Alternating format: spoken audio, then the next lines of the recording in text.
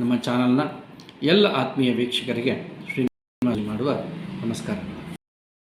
ಹಾಗೂ ನಮ್ಮ ಚಾನಲ್ನ ಈ ವಿಡಿಯೋಗೆ ಎಲ್ಲರಿಗೂ ಸ್ವಾಗತ.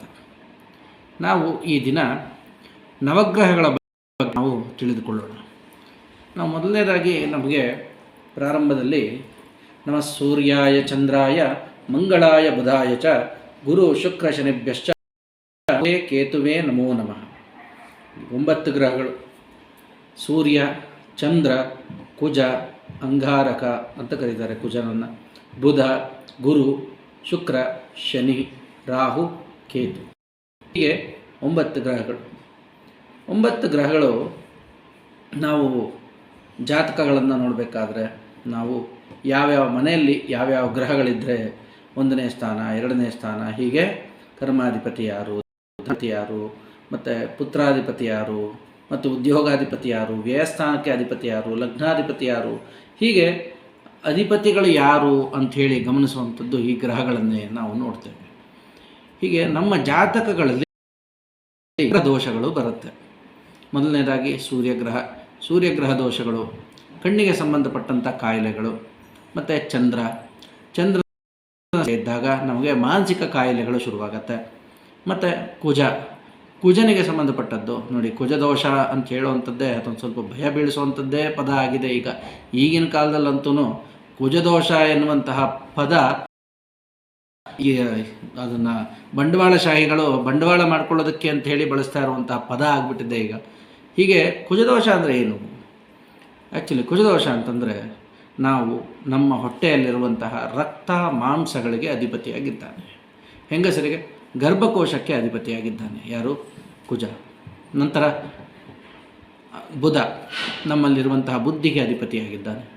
ಮತ್ತು ಗುರು ನಮ್ಮಲ್ಲಿರುವಂಥ ವಿಶೇಷ ಬುದ್ಧಿಗೆ ಗುರು ಅಧಿಪತಿಯಾಗಿದ್ದಾನೆ. ಶುಕ್ರ ವೀರ್ಯಕ್ಕೆ ಅಧಿಪತಿಯಾಗಿದ್ದಾನೆ.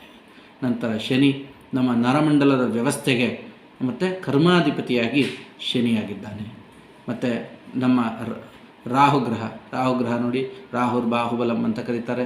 ರಾಹು ನಮ್ಮ ಬಾಹುಗಳಿಗೆ, ಕೈಗಳಿಗೆ ಬಲವನ್ನು ಕೊಡ್ತಕ್ಕಂಥವನಾಗಿದ್ದಾನೆ, ಮತ್ತು ಮೂಳೆಗಳಿಗೆ ಬಲವನ್ನು ಕೊಡ್ತಕ್ಕಂಥವನಾಗಿದ್ದಾನೆ. ನಂತರ ಕೇತುಗ್ರಹ ಮೀನಖಂಡಗಳಿಗೆ, ಪಾದಗಳಿಗೆ ಅಧಿಪತಿಯಾಗಿದ್ದಾನೆ ನೋಡಿ. ಅದಕ್ಕೆ ನಾವು ಹೇಳ್ತೀವಿ ವಿಶೇಷವಾಗಿ ಸೂರ್ಯಗ್ರಹದ ಆರಾಧನೆ ಮಾಡೋದು ಹೇಗೆ, ಸೂರ್ಯಗ್ರಹವನ್ನು ನಾವು ಯಾವ ರೀತಿ ವರ್ಣನೆ ಮಾಡ್ತೇವೆ ನೋಡಿ.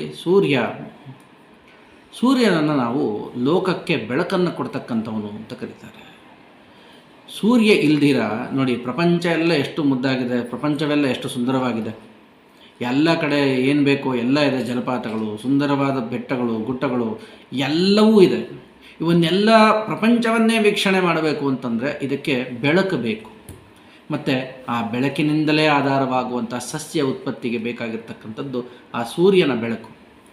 ಹೀಗೆ ಸೂರ್ಯನೇ ಇಲ್ಲ ಅಂತಂದರೆ ನಮಗೆ ಜಗತ್ತನ್ನು ನಾವು ನೋಡಲಿಕ್ಕೆ ಸಾಧ್ಯ ಇಲ್ಲ. ಹೀಗೆ ನಮ್ಮ ದೇಹಕ್ಕೆ ಕೂಡ ಸೂರ್ಯ ನಮ್ಮ ಕಣ್ಣುಗಳಿಗೆ ಅಧಿಪತಿಯಾಗಿದ್ದಾನೆ ನೋಡಿ. ನಮ್ಮ ದೇಹದಲ್ಲಿ ವಿಶೇಷವಾದಂಥ ಒಂದು ಮಾತು ಹೇಳ್ತಾರೆ, ಏನಂತ? ಸರ್ವೇಂದ್ರಿಯಾನಾಂ ನಯನಂ ಪ್ರಧಾನಂ ಅಂತ ಕರೆದರು ನೋಡಿ. ನಮ್ಮ ದೇಹದಲ್ಲಿ ಏನೇ ಅಂಗಗಳಿದ್ದರೂ ಕೂಡ ಎಲ್ಲ ಇಂದ್ರಿಯಗಳಿಗೂ ಮುಖ್ಯವಾದದ್ದು ಮತ್ತು ಅತಿ ಮುಖ್ಯವಾದದ್ದು ಯಾವುದು ಅಂತಂದರೆ ಕಣ್ಣು. ಪ್ರಧಾನವಾದದ್ದು ಕಣ್ಣು ನೋಡಿ. ನಮ್ಮ ದೇಹ ಹೇಗಿದೆ ಅಂಥೇಳಿ ನಾವು ನೋಡ್ಕೊಳ್ಳಿಕ್ಕೆ ಬೇಕಾಗಿರುವಂಥದ್ದು ಫಸ್ಟು ಕಣ್ಣು. ಮತ್ತು ನಮ್ಮ ಸುತ್ತಮುತ್ತಲ ವಾತಾವರಣ, ಇಲ್ಲಿರ್ತಕ್ಕಂಥ ಪ್ರಪಂಚವನ್ನೆಲ್ಲ ನಾವು ಕಾಣಬೇಕಾಗಿದ್ದರೆ ಯಾವುದರಿಂದ ಕಾಣ್ತೇವೆ? ಅದು ಬೆಳಕು ಬೇಕು. ಆ ಬೆಳಕಿದ್ದರೆ ನಮ್ಮ ಕಣ್ಣಿಗೆ ಕೆಲಸ. ಅಂದರೆ ಸೂರ್ಯ ಇದ್ದರೆ ನಮ್ಮ ಬೆಳಕಿಗೆ ಕೆಲಸ. ಸೂರ್ಯ ಅಂತಂದರೆ ಬೆಳಕು. ಆ ಬೆಳಕಿದ್ದರೆ ಮಾತ್ರ ನಮ್ಮ ಕಣ್ಣುಗಳಿಗೆ ಕೆಲಸ. ಹಾಗೆ ಜಗತ್ತಿಗೆ ಯಾವ ರೀತಿಯಾಗಿ ಬೆಳಕನ್ನು ಕೊಡ್ತಕ್ಕಂಥವನಾಗಿದ್ದಾನೆ ಸೂರ್ಯ, ಜಗತ್ತನ್ನೇ ಮುನ್ನಡೆಸುವಂತಹ ದೃಷ್ಟಿಯನ್ನು ಕೊಡ್ತಕ್ಕಂಥವನು ಯಾರು? ಅದು ಸೂರ್ಯ. ಹೀಗೆ ಆ ಸೂರ್ಯನನ್ನು ನಾವು ನೋಡುವುದರಿಂದ, ಯಾವುದ್ರಲ್ಲಿ ನೋಡ್ತೀವಿ? ಕಣ್ಣಿನಿಂದ ಸೂರ್ಯನ ನೋಡೋದ್ರಿಂದ ಸೂರ್ಯೋಪಾಸನೆ ಆಗತ್ತೆ. ಹೀಗೆ ನಮ್ಮ ದೇಹದಲ್ಲಿ ಸಂಬಂಧಪಟ್ಟಂಥ ಕಾಯಿಲೆಗಳೇನಾದರೂ ಬಂದರೆ ನಾವು ಯಾರಾದರೂ ಡಾಕ್ಟರ್ ಹತ್ರ ಹೋದರೆ ಅವರು ಮೊದಲು ನೋಡುವಂಥದ್ದು ಹೀಗೆ ಕಣ್ಣನ್ನು ತೆಗೆದು ಕಣ್ಣನ್ನು ಪರೀಕ್ಷೆ ಮಾಡ್ತಾರೆ.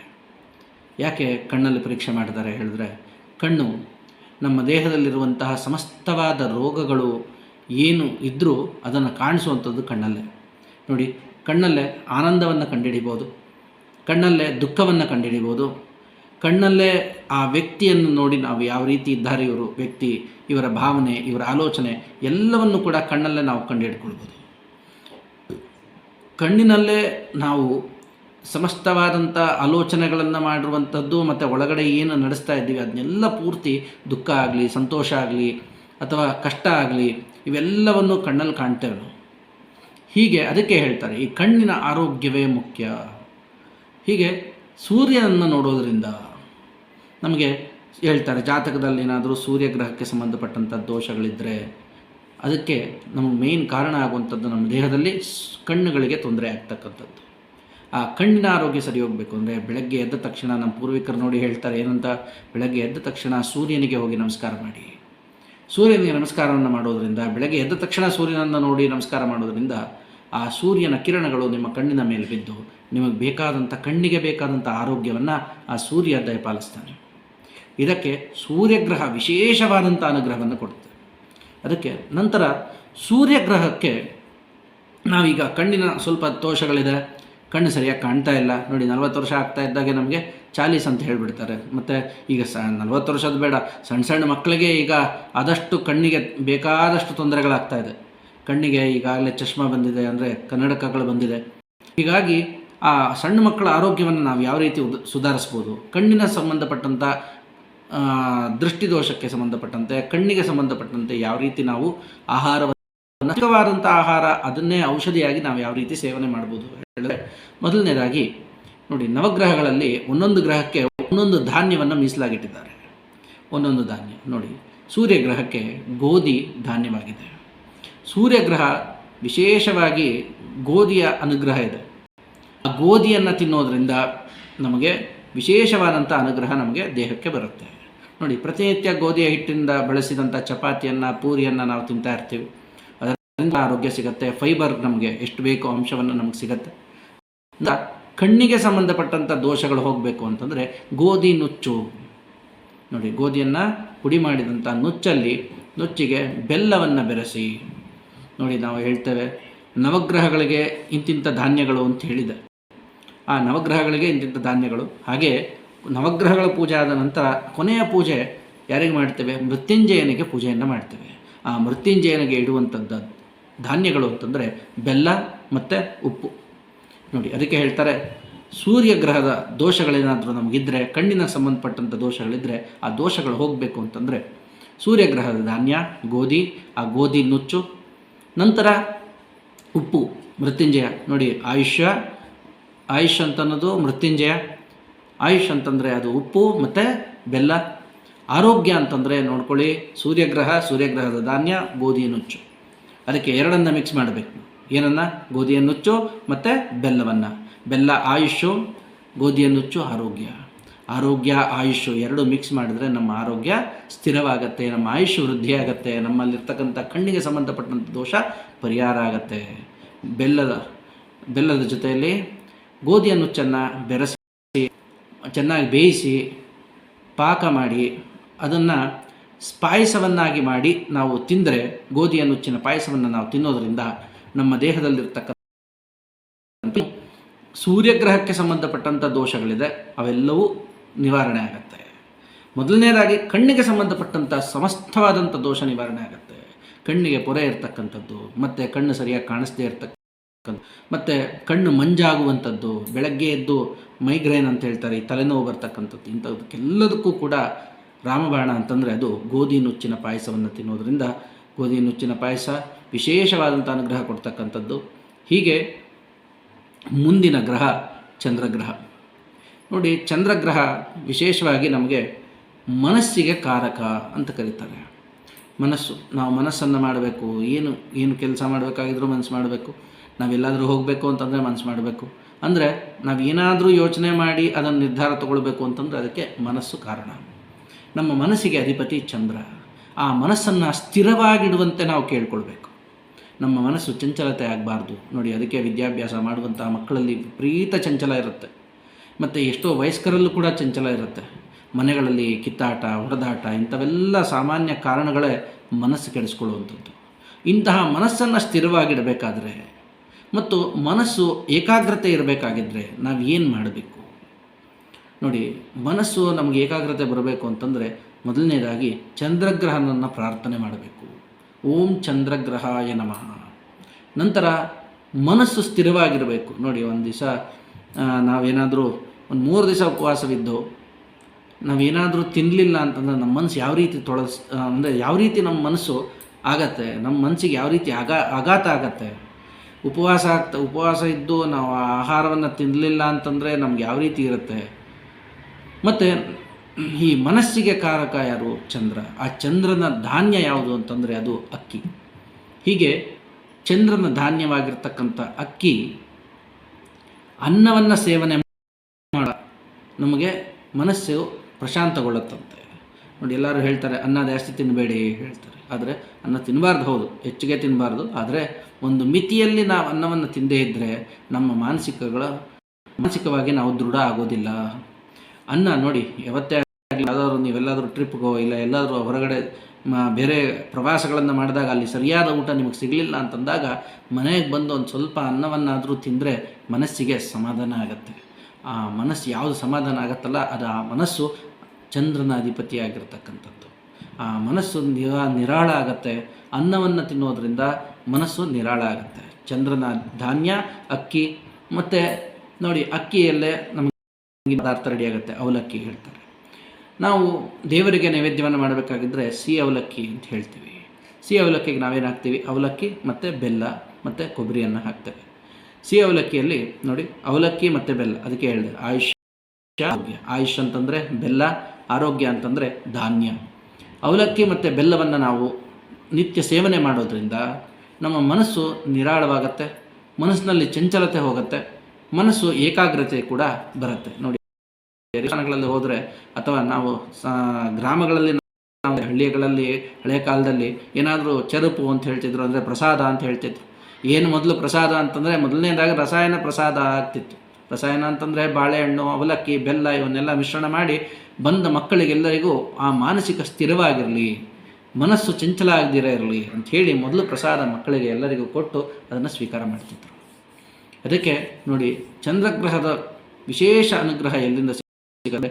ಅದು ಓಂ ಚಂದ್ರಗ್ರಹಾಯ ನಮಃ ಅಂತೇಳಿ ಪ್ರಾರ್ಥನೆ ಮಾಡೋದ್ರಿಂದ ನಿಮ್ಮ ಮಾನಸಿಕತೆ ಸರಿ ಹೋಗುತ್ತೆ. ನಂತರ ಮನಸ್ಸು ಹಗುರ ಆಗಬೇಕು ಅಂತಂದರೆ ವಿಶೇಷವಾದಂಥ ಆಹಾರ ಅವಲಕ್ಕಿ ಮತ್ತು ಬೆಲ್ಲವನ್ನು ನೀವು ತಿನ್ನೋದರಿಂದ ಚಂದ್ರನ ಒಂದು ಏನು ದೋಷಗಳಿದೆ ಆ ಚಂದ್ರ ದೋಷಗಳು ನಿವಾರಣೆ ಆಗುತ್ತೆ. ನಂತರ ಕುಜಗ್ರಹದ ಬಗ್ಗೆ ನಾವು ತುಂಬ ತಿಳ್ಕೊಳ್ಬೇಕು. ಯಾಕೆ ಅಂತಂದರೆ ಇವತ್ತಿನ ದೇಶದಲ್ಲಿ ಕುಜಗ್ರಹ ಅನ್ನೋದು ಒಂದು ಮಾರಾಟದ ವಸ್ತು ಆಗಿಬಿಟ್ಟಿದೆ. ಕುಜದೋಷ ಅಂತಂದರೆ ಸಾಕು, ಇವರಿಂದ ಎಷ್ಟು ದುಡ್ಡು ಕೀಳ್ಬೋದು. ಕುಜದೋಷ ಅಂತಂದರೆ ಸಾಕು, ಇವರು ನಮಗೆ ಈ ಕುಜದೋಷ ಇದೆ, ಈ ರೀತಿ ಅಷ್ಟು ಮಾಡಿ ಇಷ್ಟು ಖರ್ಚು ಮಾಡಿ, ಈ ಥರ ಸ್ವಲ್ಪ ಸಂಬಂಧಪಟ್ಟದ್ದಿದೆ, ಈ ಥರ ದೋಷಗಳಿದೆ, ಆ ಥರ ದೋಷಗಳಿದೆ ಅಂಥೇಳಿ ಇವತ್ತು ಸುಲಿಗೆನೇ ಮಾಡ್ಕೊಂಡು ತಿಂತಾ ಇದ್ದಾರೆ. ಹಾಗಾಗಿ ಆದಷ್ಟು ನಾವು ನಿಜವಾದ ಜ್ಞಾನ ಯಾವುದು, ನಿಜವಾದ ಕುಜದೋಷ ಅಂದರೆ ಏನು, ಕುಜನಿಗೆ ಸಂಬಂಧಪಟ್ಟದ್ದು ನಮ್ಮಲ್ಲಿ ಏನು ದೋಷ ಇದೆ. ಹಾಗಾದರೆ ಪ್ರತಿಯೊಂದು ಗ್ರಹಗಳಿಗೂ ನಮ್ಮ ದೇಹದಲ್ಲಿರುವಂಥ ಅಂಗಾಂಗಗಳಿಗೆ ಪ್ರತಿಯೊಂದಕ್ಕೂ ಅದಕ್ಕೆ ಸಂಬಂಧ ಇದೆ ಅಂತ ಅನ್ನೋದಾದರೆ, ಕುಜದೋಷ ಅಂತಂದರೆ ನಮ್ಮ ದೇಹದಲ್ಲಿ ಏನೋ ಒಂದು ಅಂಗ ಇದೆ, ಆ ಅಂಗಕ್ಕೆ ದೋಷ ಇದೆ. ಅದನ್ನು ನಾವು ಯಾವ ರೀತಿ ಸರಿ ಮಾಡಿಕೊಳ್ಬೋದು ಅಂತ ಅದನ್ನು ಯೋಚನೆ ಮಾಡಬೇಕು. ಇದು ಮೂಲ ಜ್ಞಾನ. ಕುಜದೋಷ ಅಂತಂದರೆ ವಿಶೇಷವಾಗಿ ನೋಡಿ, ಮಾಮೂಲಿಯಾಗಿ ನಾವು ತಿಳ್ಕೊಳ್ಬೇಕು. ಕುಜ ಅಂತಂದರೆ ಅದು ನಾವು ಅಂಗಾರಕ ಅಂತ ಕರಿತೀವಿ, ಮಂಗಳ ಗ್ರಹ ಅಂತ ಕರಿತೀವಿ. ಕುಜ ಮಂತ್ರದಿಂದಲೇ ಶುರುವಾಗುತ್ತೆ. ಧರಣಿ ಗರ್ಭ ಸಂಭೂತಂ ಅಂತ ಕರೀತಾರೆ. ಧರಣಿ ಅಂತಂದರೆ ಭೂಮಿಯ ಗರ್ಭದಲ್ಲಿ ಹುಟ್ಟಿದಂತಹ ಭೂಮಿಯ ಪುತ್ರ ಯಾರು? ಕುಜ. ಹಾಗಾಗಿ ಧರಣಿ ಗರ್ಭ ಸಂಭೂತಂ ಇದರಲ್ಲೇ ಅರ್ಥ ಆಗತ್ತೆ ನಮಗೆ ಮುಕ್ಕಾಲ್ವಾಗ. ಕುಜ ಯಾರಿಗೆ ಅಧಿಪತಿಯಾಗಿದ್ದಾನೆ ಮತ್ತು ನಮ್ಮ ದೇಹದಲ್ಲಿ ಯಾವ್ಯಾವ ಅಂಗಗಳಿಗೆ ಅಧಿಪತಿಯಾಗಿದ್ದಾನೆ ಹೇಳಿದರೆ, ಮೊದಲನೇದಾಗಿ ಕುಜ ರಕ್ತ ಮತ್ತು ಮಾಂಸಗಳಿಗೆ ಅಧಿಪತಿಯಾಗಿದ್ದಾನೆ. ಯಾರಿಗೆ? ಪ್ರತಿಯೊಬ್ಬರು ಮನುಷ್ಯರಿಗೆ, ಗಂಡಿಗಾಗಲಿ ಹೆಣ್ಣಿಗಾಗಲಿ. ಅದರಲ್ಲೂ ಹೆಣ್ಣಿಗೆ ವಿಶೇಷವಾಗಿ ಹೆಂಗಸರಿಗೆ ಕುಜ ಗರ್ಭಕೋಶಕ್ಕೆ ಅಧಿಪತಿಯಾಗಿದ್ದಾನೆ ನೋಡಿ. ಅದಕ್ಕೆ ಹಳೆಯ ಕಾಲದಲ್ಲಿ ಹೇಳ್ತಿದ್ರು ಏನಂತ, ಕುಜದೋಷ ಇರುವಂತಹ ಹೆಣ್ಣು ಮಕ್ಕಳಿಗೆ ಮದುವೆ ಆಗಲ್ಲ ಅಂತ ಹೇಳ್ತಿದ್ರು. ಆದರೆ ಏನು ಯಾಕಾಗಲ್ಲ, ಮದುವೆ ಆಗತ್ತೆ, ಮದುವೆ ಮಾಡ್ತೀವಿ ನಾವು ಅಂತೇಳಿ ಮದುವೆ ಮಾಡ್ತಾರೆ. ಆದರೆ ನಿಜವಾದ ಸಮಸ್ಯೆ ಮದುವೆ ಸಮಸ್ಯೆ ಅಲ್ಲ, ಕುಜದೋಷ ಇರುವಂತಹ ಹೆಣ್ಣುಮಕ್ಕಳಿಗೆ ಮಕ್ಕಳಾಗಲ್ಲ ಹೇಳ್ತಾ ಇದ್ರು. ಯಾಕೆ ಮಕ್ಕಳಾಗಲ್ಲ ಹೇಳಿದ್ರೆ, ಕುಜ ನಮ್ಮ ದೇಹದಲ್ಲಿ ಯಾವುದಕ್ಕೆ ಸಂಬಂಧಪಟ್ಟಿದ್ದು? ಗರ್ಭಕೋಶಕ್ಕೆ ಅವನು ಅಧಿಪತಿಯಾಗಿರ್ತಾನೆ. ಗರ್ಭಕೋಶಕ್ಕೆ ಅದು ಅವನೇ ಕುಜನೇ ಅಧಿಪತಿಯಾಗಿರೋದ್ರಿಂದ, ರಕ್ತಕ್ಕೆ ಅವನೇ ಅಧಿಪತಿಯಾಗಿರೋದ್ರಿಂದ ಹೆಣ್ಣು ಮಕ್ಕಳಲ್ಲಿ ನಮಗೆ ಕಾಣುವಂಥದ್ದು ವಿಶೇಷವಾಗಿ ನಾವು ಹೆಣ್ಣುಮಕ್ಕಳಲ್ಲಿ ಕುಜನಿಗೆ ಸಂಬಂಧಪಟ್ಟಂಥ ದೋಷಗಳೇ ಹೆಚ್ಚಾಗಿರುತ್ತೆ. ಆ ಕುಜ ದೋಷ ನಮಗೆ ಗರ್ಭಕೋಶ ಮತ್ತು ರಕ್ತಕ್ಕೆ ಸಂಬಂಧಪಟ್ಟಿದ್ದೇ ದೋಷ ಆಗಿರೋದರಿಂದ ನಾವು ಅವರ ಆರೋಗ್ಯದ ಕಡೆ ಗಮನ ಕೊಡಬೇಕಾಗತ್ತೆ. ಮದುವೆಗೆ ಮುಂಚೆನೇ ಗರ್ಭ ಸಂಬಂಧಪಟ್ಟಂತೆ ದೋಷಗಳಿರುವಂಥದ್ದನ್ನು ನಾವು ಕಂಡುಹಿಡ್ಕೊಂಡು, ಮತ್ತು ರಕ್ತಕ್ಕೆ ಸಂಬಂಧಪಟ್ಟಂಥ ದೋಷಗಳೇನಾದರೂ ಇದ್ದರೆ ಅದನ್ನು ರಕ್ತ ಪರೀಕ್ಷೆ ಮಾಡಿಸೋದು ಮುಖಾಂತರವಾಗಿ ಅದನ್ನು ಕಂಡುಹಿಡ್ಕೊಳ್ಬೇಕು. ನಂತರ ಗರ್ಭಕ್ಕೆ ಸಂಬಂಧಪಟ್ಟಂತೆ ಕುಜದೋಷ ನಿಜವಾಗಲೂ ಇದೆಯಾ ಅಥವಾ ಇಲ್ವಾ ಅನ್ನೋದನ್ನು ಅರ್ಥ ಮಾಡ್ಕೊಳ್ಬೇಕಾಗಿದ್ದರೆ, ಜಾತಕದಲ್ಲಿ ಸರಿಯಾಗಿ ಜಾತಕವನ್ನು ನೋಡಿದ್ರೆ ಕುಜದೋಷ ಇದೆ ಅಥವಾ ಇಲ್ಲ ಅನ್ನೋದು ತುಂಬ ಸ್ಪಷ್ಟವಾಗಿ ಗೊತ್ತಾಗುತ್ತೆ. ಕುಜದೋಷ ಇದೆ ಅಂತನ್ನೋದಾದರೆ, ಕುಜ ಯಾವುದಕ್ಕೆ ಅಧಿಪತಿಯಾಗಿದ್ದಾನೆ? ಅಧಿಪತಿಯಾಗಿದ್ದಾನೆ. ನಮ್ಗೆ ಅದಕ್ಕೆ ನೋಡಿ, ನಮ್ಮ ಮನೆಗಳಲ್ಲಿ ಪ್ರತಿನಿತ್ಯ ಯಾವುದ್ರಲ್ಲಿ ಸಾರು ಮಾಡ್ತೀವಿ? ತೊಗರಿಬೇಳೆಯಲ್ಲೇ ಸಾರು ಮಾಡ್ತೀವಿ. ಬೇರೆ ಬೇಳೆಗಳನ್ನು ಏನಾದರೂ ಹಾಕ್ತೀವ ಪ್ರತಿನಿತ್ಯ? ಬೇರೆ ಬೇಳೆ ಯಾವಾಗೂ ಕಾಲಕ್ಕೆ ಬಳಸ್ತೀವಿ ಹೊರತು ತೊಗರಿಬೇಳೆನೇ ಪ್ರತಿನಿತ್ಯ ಬಳಸ್ತಾ ಇದ್ದೀವಿ. ಯಾಕೆ? ವೈಜ್ಞಾನಿಕ ಪದ್ಧತಿ, ನಮ್ಮ ಹಿಂದಿನವರು ಮಾಡ್ಕೊಂಡು ಬಂದಿರತಕ್ಕಂಥ ಪದ್ಧತಿ ಏನು ಅಂತಂದರೆ, ತೊಗರಿಬೇಳೆಯಲ್ಲಿ ರಕ್ತ ಶುದ್ಧಿ ಮಾಡುವಂತಹ ಕ್ರಿಯೆ ನಡೆಯುತ್ತೆ. ತೊಗರಿಬೇಳೆ ಆಹಾರವಾಗಿ ತಗೊಳ್ಳೋದ್ರಿಂದ ರಕ್ತದಲ್ಲಿ ಗಟ್ಟಿಯಾಗಿ ಇರೋದಕ್ಕೆ ಬಿಡೋದಿಲ್ಲ, ರಕ್ತವನ್ನು ಗಟ್ಟಿಯಾಗಿರೋದಕ್ಕೆ ಬಿಡೋದಿಲ್ಲ, ರಕ್ತವನ್ನು ಯಾವಾಗಲೂ ತೆಳುವಾಗಿರುವಂತೆ ನೋಡಿಕೊಳ್ಳುತ್ತೆ ತೊಗರಿಬೇಳೆ. ಅದಕ್ಕೋಸ್ಕರನೇ ಪ್ರತಿನಿತ್ಯ ತೊಗರಿಬೇಳೆಯನ್ನು ಸಾರು ಮಾಡ್ಕೊಂಡು ತಿನ್ನೋದ್ರಿಂದ ರಕ್ತ ಶುದ್ಧಿ ಆಗ್ತಾ ಇರುತ್ತೆ. ರಕ್ತ ತೆಳುವಾಗಿ ಎಲ್ಲ ನರನಾಡಿಗಳಲ್ಲೂ ಹರಿಯೋದಕ್ಕೆ ಅವಕಾಶ ಮಾಡಿಕೊಡುತ್ತೆ. ಹೀಗೆ ರಕ್ತ ಯಾವಾಗ ಶುದ್ಧಿಯಾಗಿರುತ್ತೆ, ನಮ್ಮ ನರಗಳಲ್ಲಿ ಸರಾಗವಾಗಿ ಹರಿದು ಅದರ ಕೆಲಸಗಳನ್ನು, ಅದರ ನಿಯಮಿತ ಕೆಲಸಗಳನ್ನು ಅದು ಮಾಡ್ಕೊಂಡು ಹೋಗುತ್ತೆ. ಯಾವಾಗ ರಕ್ತ ಗಟ್ಟಿಯಾಗಕ್ಕೆ ಶುರುವಾಗುತ್ತೆ, ಅಲ್ಲಿ ನಮಗೆ BP, ಕೊಲೆಸ್ಟ್ರಾಲ್ ಇಂತಹ ಸಮಸ್ಯೆಗಳು ಶುರುವಾಗುತ್ತೆ. ಇಂತಹ ಸಮಸ್ಯೆಗಳು ಶುರುವಾದಾಗಲೇ ನಮಗೆ ಅತಿ ಹೆಚ್ಚಿನ ಆರೋಗ್ಯದ ಕಡೆ ನಾವು ಗಮನ ಕೊಡದಿರ ಇದ್ದಾಗಲೇ ಇಂಥ ಸಮಸ್ಯೆಗಳು ಪರಿಹಾರ ಆಗಲ್ಲ. ಇದಕ್ಕೆ ಇಂಥ ಸಮಸ್ಯೆಗಳು ಪರಿಹಾರ ಆಗಬೇಕು ಅಂದರೆ, ಮೊದಲನೇದಾಗಿ ನಮ್ಮ ಹಾದಿಯಿಂದಲೇ ನಾವು ಎಲ್ಲಿಂದ ಬೆಳವಣಿಗೆಯನ್ನು ಶುರು ಮಾಡ್ತೀವಿ ಅಲ್ಲಿಂದಲೂ ಕೂಡ ಮಗುವಿನ ಬೆಳವಣಿಗೆ ಎಲ್ಲಿವರೆಗೂ ನಾವು ಪೂರ್ತಿಯಾದಂಥ ನಮ್ಮ ಆಯುಷ್ ಇರೋವರೆಗೂ ಇಂತಹ ಬೇಳೆ, ತರಕಾರಿಗಳು ಇವನ್ನೆಲ್ಲ ಹೆಚ್ಚಿಗೆ ತಿನ್ನೋದ್ರಿಂದ ನಮ್ಮ ಆರೋಗ್ಯವನ್ನು ನಾವೇ ಸರಿ ಮಾಡಿಕೊಳ್ಬೋದು. ತೊಗರಿಬೇಳೆ ನೋಡಿ, ಕುಜನಿಗೆ ಸಂಬಂಧಪಟ್ಟಂಥ ಧಾನ್ಯ. ಈ ತೊಗರಿಬೇಳೆಯನ್ನು ಸಾರು ಮಾಡಿ ದಿವಸ ತಿನ್ನೋದ್ರಿಂದ ನಮಗೆ ಕುಜ ದೋಷಗಳು ನಿವಾರಣೆ ಆಗುತ್ತೆ. ರಕ್ತಕ್ಕೆ ಸಂಬಂಧಪಟ್ಟಂಥ ಸಮಸ್ತವಾದ ದೋಷಗಳು ನಿವಾರಣೆ ಆಗುತ್ತೆ. ಗರ್ಭಕೋಶಕ್ಕೆ ಸಂಬಂಧಪಟ್ಟಂತೆ, ಗರ್ಭಕೋಶ ಚಿಕ್ಕದಾಗಿರುವಂಥದ್ದು, ಗರ್ಭಕೋಶ ಬೆಳೆದೇ ಇರತಕ್ಕಂಥದ್ದು, ಗರ್ಭಕೋಶ ಊದಿಕೊಳ್ಳುವಂಥದ್ದು ಮತ್ತು ಗರ್ಭಕೋಶಕ್ಕೆ ಸಂಬಂಧಪಟ್ಟಂತೆ ಕ್ಯಾನ್ಸರ್ ಇಂಥದ್ದೆಲ್ಲ ಸಮಸ್ಯೆಗಳು ಕೂಡ ರಕ್ತದಿಂದಲೇ ಆಗ್ತಕ್ಕಂಥದ್ದು. ಹಾಗೆ ಈ ರಕ್ತವನ್ನು ನಾವು ಯಾವಾಗ ಪರಿಶುದ್ಧಿ ಮಾಡ್ಕೊಳ್ತೀವಿ, ಪರಿಶುದ್ಧಿ ಆಗಬೇಕು ಅಂತಂದರೆ, ರಕ್ತ ಶುದ್ಧಿ ಆಗಬೇಕು ಅಂದರೆ ಅದಕ್ಕೆ ತೊಗರಿಬೇಳೆನೇ ಕಾರಣ. ಹೀಗೆ ತೊಗರಿಬೇಳೆಯನ್ನು ಹೆಚ್ಚಾಗಿ ನಿಮ್ಮ ರಕ್ತ ಶುದ್ಧಿ ಆಗುತ್ತೆ, ಆರೋಗ್ಯನೂ ಸರಿ ಹೋಗುತ್ತೆ, ಗರ್ಭಕೋಶಕ್ಕೆ ಸಂಬಂಧಪಟ್ಟಂಥ ಸಮಸ್ತವಾದ ದೋಷಗಳು ನಿವಾರಣೆ ಆಗುತ್ತೆ.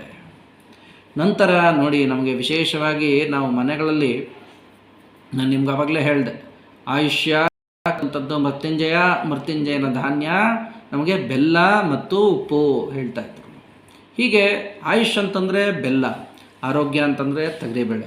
ನೋಡ್ಕೊಳ್ಳಿ, ತೊಗರಿಬೇಳೆ ಬೆಲ್ಲವನ್ನು ನಾವು ಮಿಶ್ರಣ ಮಾಡಿ ನಾವು ಪ್ರತಿ ಹಬ್ಬಗಳಲ್ಲೂ ಏನು ಒಬ್ಬಟ್ಟನ್ನು ಯಾಕೆ ಪ್ರತಿಯೊಂದು ಹಬ್ಬಗಳ ದಿನಗಳಲ್ಲೂ, ನಮಗೆ ವಿಶೇಷ ದಿನಗಳಲ್ಲಿ ನೆಂಟರು ಎಷ್ಟರು ಬಂದಾಗಲೆಲ್ಲ ನಾವು ಏನನ್ನು ಮಾಡ್ತೀವಿ? ಒಬ್ಬಟ್ಟನ್ನು ಮಾಡ್ತೀವಿ.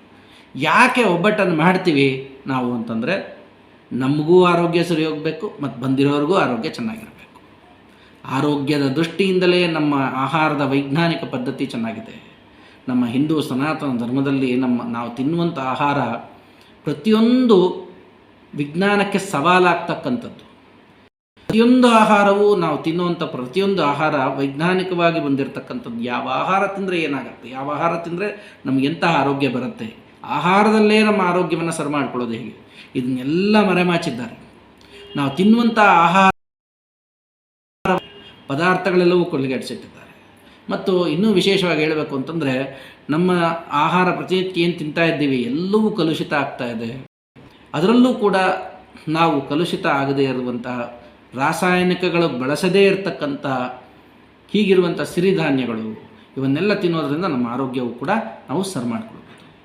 ನಂತರ ಕುಜಗ್ರಹಕ್ಕೆ ಸಂಬಂಧಪಟ್ಟಂತೆ ನಾನು ಅವಾಗಲೇ ಹೇಳಿದೆ, ಕುಜದೋಷ ಅಂತಂದರೆ ಮೇಯ್ನಾಗಿ ಎಲ್ಲೋ ಯಾವುದೋ ಗ್ರಹ ಇದೆ, ಆ ಗ್ರಹಕ್ಕೆ ಹೋಗಿ ಪೂಜೆ ಮಾಡಬೇಕು, ಮತ್ತು ಒಂದೇನೋ ಸರ್ಪಕ್ಕೆ ಪೂಜೆ ಮಾಡಬೇಕು, ಅದು ಮಾಡಬೇಕು ಇದು ಮಾಡಬೇಕು ಅಲ್ಲ.